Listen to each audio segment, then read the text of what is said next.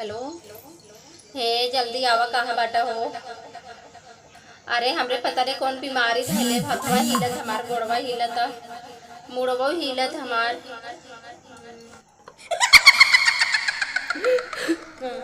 Hello.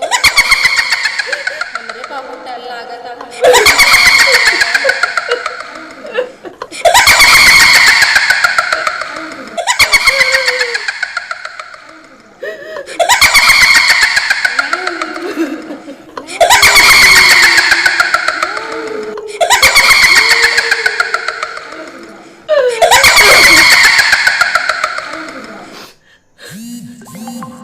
Hello. तोहरे घरा में भूत बा, हमका बहुत परेशान करता। जल्दी जल्दी तू चलावा घरे, हमका इतना परेशान करत ई भूतवा का बताई। एक दिन तहार भौजी कनिका घोर के पिया दे रही ना, तबे सबरे भूत पकड़ लेले बाटे। हाँ जल्दी आवा तू जवन हवे। हाँ जल्दी से आवा। बनाइए के हेलो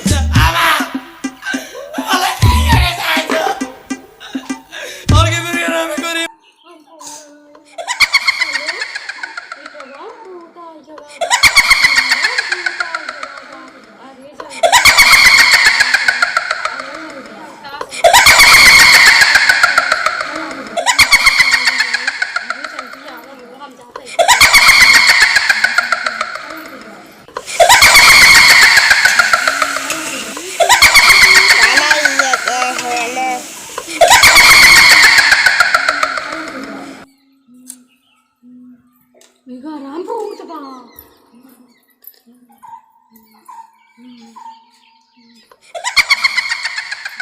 अब भूतवा के ये समस्या एक पकड़ पाए।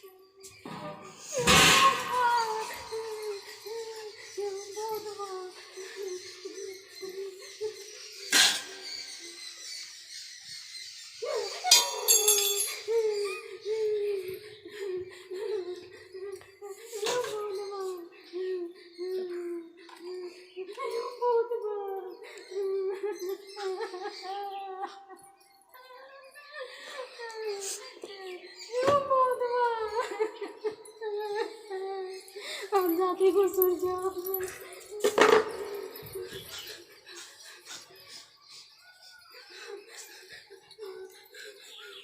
हेलो।